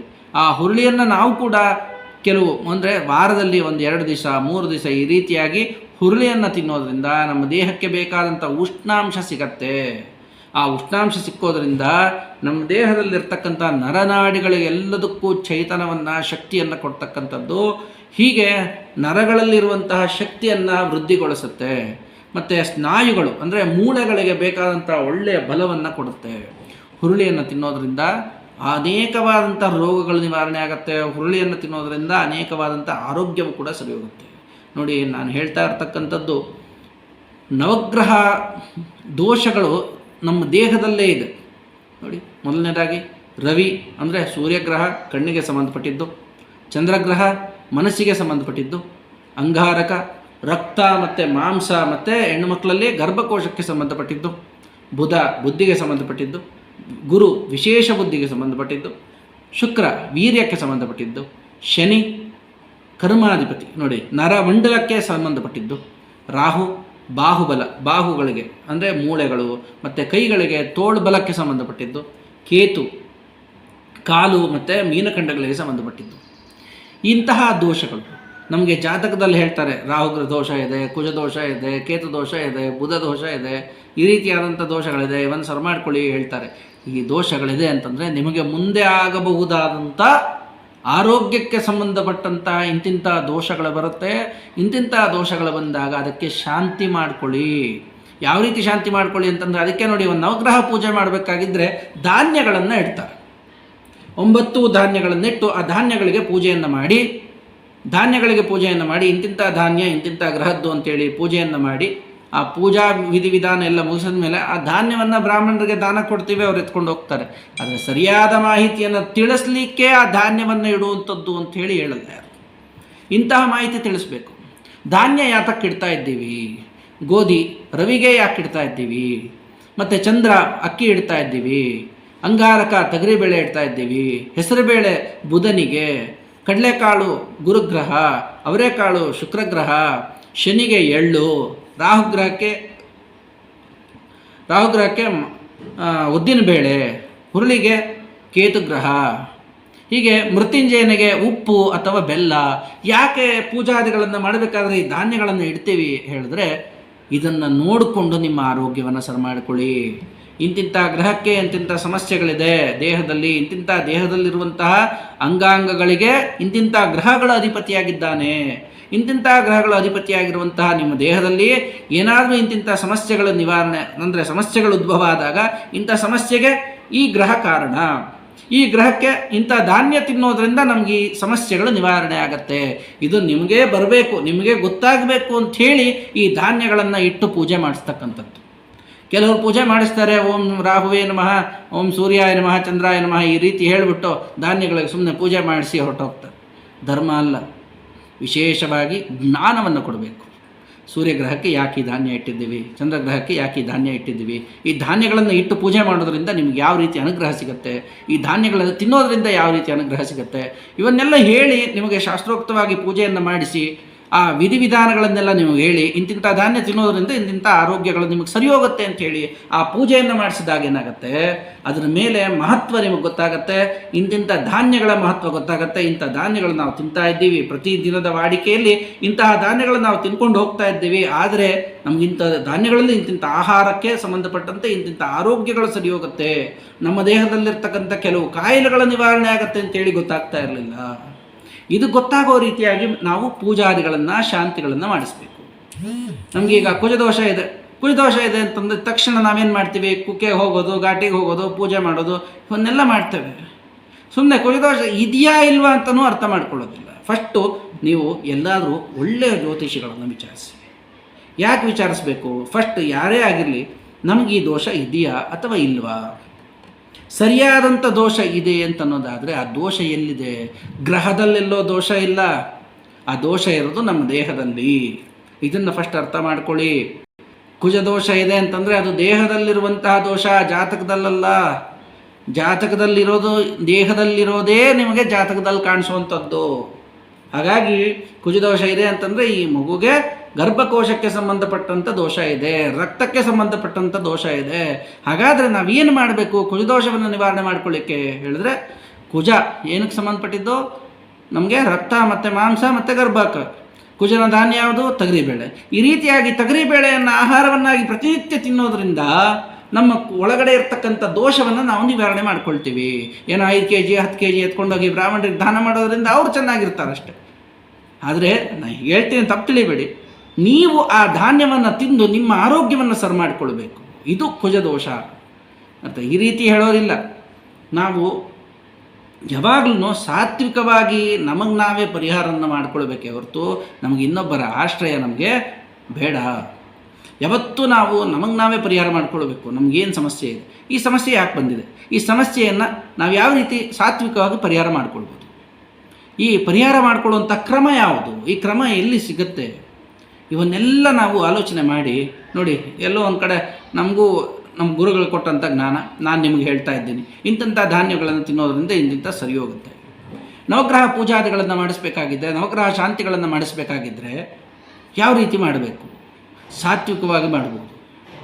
ಏನು ಬೇಕು ಧಾನ್ಯಗಳನ್ನು ಇಟ್ಟು ಧಾನ್ಯದ ಕ್ರಮಗಳನ್ನು ಹೇಳಿ, ಈ ರೀತಿ ಮಾಡಿದ್ರೆ ಇಂತಿಂಥ ದೋಷಗಳು ಹೋಗುತ್ತೆ. ಈ ರೀತಿಯಾಗಿ ಎಕ್ಸ್ಪ್ಲೈನ್ ಮಾಡಿ ವಿವರವನ್ನು ತಿಳಿಸಿ, ನವಗ್ರಹಕ್ಕೆ ಸಂಬಂಧಪಟ್ಟಂಥ ಪ್ರತಿಯೊಂದು ಮಾಹಿತಿ ನಿಮಗೆ ತಿಳಿಸಿ, ಈ ರೀತಿ ಶಾಂತಿಯನ್ನು ಮಾಡಿಸೋದ್ರಿಂದ ಮಾನಸಿಕವಾಗಿ ನಾವು ನೆಮ್ಮದಿ ಬರುತ್ತೆ, ಮಾನಸಿಕವಾಗಿ ನಾವು ದೃಢರಾಗ್ತೀವಿ. ನಮಗೆ ಏನು ಬೇಕು, ನಮ್ಮ ದೇಹಕ್ಕೆ ಏನು ಬೇಕು ಅದನ್ನು ನಾವು ತೊಗೊಳ್ತೀವಿ, ನಮ್ಮ ಮನಸ್ಸಿಗೆ ಏನು ಬೇಕೋ ಅದು ಸಿಗುತ್ತೆ, ನಮ್ಗೆ ಆನಂದ ಸಿಗುತ್ತೆ ಅದರಿಂದ. ಮತ್ತು ಎಷ್ಟೋ ಕಡೆ ನಾವು ಪೂಜೆಗಳಿಗೆ ಹೋಗ್ತೀವಿ, ಸರಿಯಾದಂಥ ಪೂಜೆಗಳನ್ನು ಮಾಡೋದಿಲ್ಲ. ಎಷ್ಟೋ ಕಡೆ ಎಷ್ಟೋ ದುಡ್ಡುಗಳನ್ನು ಖರ್ಚು ಮಾಡಿ ನಾವು ಪೂಜೆಗಳನ್ನು ಮಾಡ್ತೀವಿ, ಆದರೆ ಮನಸ್ಸಿಗೆ ಆನಂದ ಆಗೋದಿಲ್ಲ. ಯಾಕೆ ಆಗಲ್ಲ ಆನಂದ ಅಂತಂದರೆ ಸರಿಯಾದ ಮಾಹಿತಿ ತಿಳಿಸಲ್ಲ. ಪೂಜಾ ವಿಷಯಕ್ಕೆ ಸಂಬಂಧಪಟ್ಟಂತೆ ಪೂಜೆ ಮಾಡ್ತಾರೆ, ಮಂಗಳಾರತಿ ಕೊಡ್ತಾರೆ, ಎಲ್ಲ ಮಾಡ್ತಾರೆ, ಎಲ್ಲ ಮಾಡ್ಬೋದು, ಆದರೆ ಮಾಹಿತಿ ಕೊಡಲ್ಲ. ಯಾತಕ್ಕೋಸ್ಕರ ಪೂಜೆ ಮಾಡ್ತಾ ಇದ್ದೀವಿ, ಈ ಪೂಜೆ ಮಾಡೋದ್ರಿಂದ ನಮಗೇನು ಫಲ ಸಿಗುತ್ತೆ, ಆ ಫಲ ಸಿಗಬೇಕಾಗಿದ್ದರೆ ನಾವು ಯಾವ ರೀತಿ ನಡ್ಕೊಳ್ಬೇಕು, ಇದನ್ನು ನಾವು ತಿಳಿಸ್ಬೇಕು. ಈ ರೀತಿ ನಾವು ತಿಳಿಸೋದ್ರಿಂದ ನಮ್ಗೆ ಒಳ್ಳೆಯ ಅನುಗ್ರಹ ಸಿಗುತ್ತೆ. ನೋಡಿ, ಮಾಹಿತಿಯನ್ನು ನಾವು ಇನ್ನೊಬ್ಬರಿಗೆ ಹೇಳೋದ್ರಿಂದ ಕೂಡ ನಮಗೆ ಫಲ ಸಿಗುತ್ತೆ. ಹಾಗೆ ಈ ಮಾಹಿತಿಯನ್ನೆಲ್ಲ ನಾನು ನಿಮ್ಗೆ ಹೇಳಿದ್ದೀನಿ. ನವಗ್ರಹಗಳ ಬಗ್ಗೆ ನಾನು ನಿಮ್ಗೆ ತಿಳಿಸ್ಕೊಟ್ಟಿದ್ದೀನಿ. ನನಗೆ ಗೊತ್ತಿದ್ದ ಮಟ್ಟಿಗೆ ನನ್ನ ಜ್ಞಾನಕ್ಕೆ ನಮ್ಮ ಗುರುಗಳು ನನಗೇನು ಹೇಳ್ಕೊಟ್ಟಿದ್ದಾರೆ ಆ ವಿಷಯವನ್ನು ನಾನು ನಿಮ್ಗೆ ತಿಳಿಸ್ಕೊಟ್ಟಿದ್ದೀನಿ ಅಂಥೇಳಿ ಈ ವಿಡಿಯೋನ ಇಲ್ಲಿ ಮುಗಿಸೋಣ. ನಮಃ ಸೂರ್ಯಾಯ ಚಂದ್ರಾಯ ಮಂಗಳಾಯ ಬುಧಾಯ ಚ ಗುರು ಶುಕ್ರ ಶನಿಭ್ಯಶ್ಚ ರಾಹುವೇ ಕೇತುವೇ ನಮೋ ನಮಃ. ತ್ರ್ಯಂಬಕಂ ಯಜಾಮಹೇ ಸುಗಂಧಿಂ ಪುಷ್ಟಿವರ್ಧನಂ ಊರ್ವಾರಕ ಇವ ಬಂಧನ ಮೃತ್ಯೋರ್ಮೃಕ್ಷೇಯ ಮಾಮೃತ. ಎಲ್ಲರಿಗೂ ನಮಸ್ಕಾರ, ಎಲ್ಲರಿಗೂ ಒಳ್ಳೆಯದಾಗಲಿ. ನಿಮಗೆ ಯಾರಿಗಾದರೂ ನವಗ್ರಹ ಶಾಂತಿ, ನವಗ್ರಹ ಜಪ ಮತ್ತು ನವಗ್ರಹಾದಿ ಪೂಜಾದಿಗಳನ್ನೇನಾದರೂ ಮಾಡಬೇಕು ಅಂತ ಹೇಳಿದರೆ ಈ ಕೆಳಗಡೆ ಇರುವಂತಹ ನಂಬರನ್ನು ಸಂಪರ್ಕ ಮಾಡಿ. ವಿಶೇಷವಾಗಿ ವಿಶ್ಲೇಷಣಾತ್ಮಕವಾಗಿ ಪೌರೋಹಿತ್ಯವನ್ನು ಕೂಡ ನಾವು ಮಾಡಿಸ್ಕೊಡ್ತೇವೆ. ನಂತರ ಪೂಜಾ ವಿಧಿವಿಧಾನಗಳನ್ನು ವಿವರವಾಗಿ ನಿಮಗೆ ಹೇಳಿ, ನವಗ್ರಹಕ್ಕೆ ಸಂಬಂಧಪಟ್ಟಂತೆ ನೀವು ಯಾವುದೇ ಪೂಜೆ ಮಾಡಿಸಿದ್ರೂ ಆ ವಿಧಿವಿಧಾನಗಳನ್ನು ನಿಮಗೆ ತಿಳಿಸಿ ವಿವರವಾಗಿ ನಿಮಗೆ ಹೇಳಿ ಶಾಸ್ತ್ರೋಕ್ತವಾಗಿ ಆ ಪೂಜಾ ವಿಧಿವಿಧಾನಗಳನ್ನು ನಾನು ಮಾಡಿಸ್ಕೊಡ್ತೇನೆ ಅಂಥೇಳಿ ಈ ವಿಡಿಯೋವನ್ನು ಇಲ್ಲಿಗೆ ಮುಕ್ತಾಯ.